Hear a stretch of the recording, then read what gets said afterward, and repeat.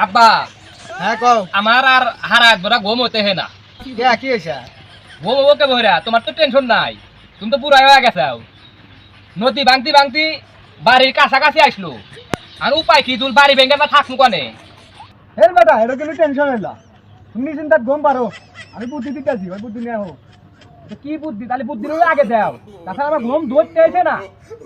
আমার হারাত বড় খালি ধপ হারে যে ভেঙে কি নদীর মধ্যে পড়ে যায় নাহি, ভেঙে কি নদীর মধ্যে পড়ে যায় নাহি। গাদা ন বাজারে যাই দেখো কি করি, বড় একখান টাক বারো এটা নিয়ে এসে নদী তুলে নিয়ে আর এক জায়গায় ছুঁয়ে আসবো।